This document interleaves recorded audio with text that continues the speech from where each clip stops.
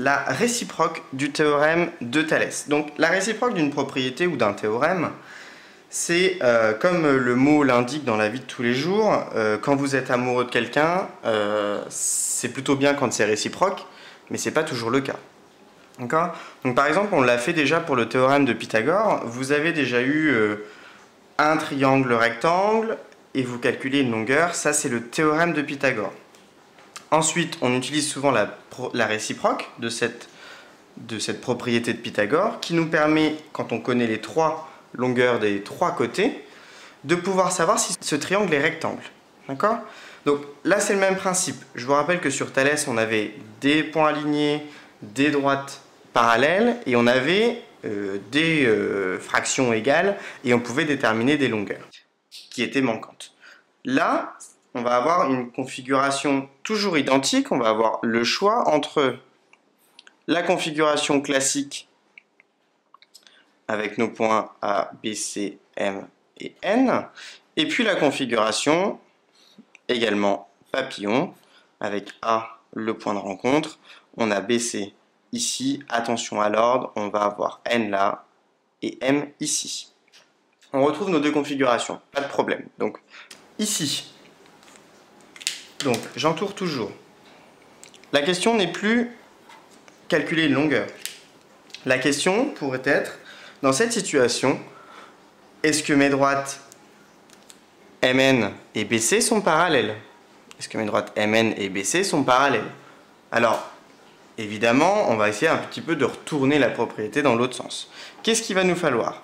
On a, premièrement, on va avoir des points alignés. On a toujours besoin de cette condition-là pour pouvoir appliquer notre réciproque du théorème de Thalès, comme le théorème.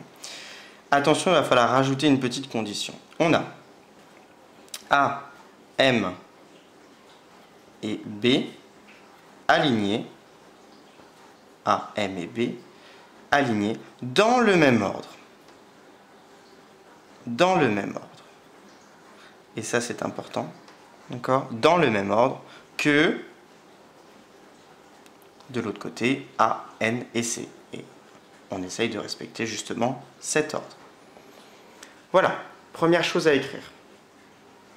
Ensuite, il va falloir vérifier ce qu'on avait dans le théorème en conclusion. On avait, je vous rappelle, des rapports égaux. Il va y en falloir uniquement deux.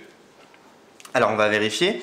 Si on a AM, on reste avec notre petit triangle en haut, divisé par AB. Je rappelle, le côté AM correspond au côté AB. Ces trois points-là sont alignés. Si ça est égal à AN, on commence en haut par le petit triangle, donc AN, sur divisé par AC, le côté qui lui correspond du grand triangle, d'accord? Si on a ça, c'est les conditions de notre réciproque du théorème de Thalès. On vérifie avec l'autre configuration que ça fonctionne aussi. A, M, B dans un ordre. Dans le même ordre que A, N, C. Vous voyez, j'ai fait le même schéma avec mon stylo. Ça signifie bien que mes points sont alignés dans le même ordre. Ok ? Si ça vous perturbe, vous pouvez écrire NAC, MAB. D'accord ? Pour suivre le sens. Ok ? Pareil, AM divisé par AB, c'est bien les côtés qui correspondent, égale AN sur AC. Alors si on a ça, et c'est juste cette égalité suffit, alors la conclusion, ça va être que les droites MN et BC sont parallèles. Et on cite toujours d'après quoi? D'après la réciproque du théorème de Thalès. Attention, on ne dira jamais la réciproque de Thalès, ça n'existe pas.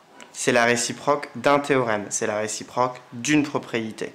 Donc, on dira bien réciproque du théorème de Thalès.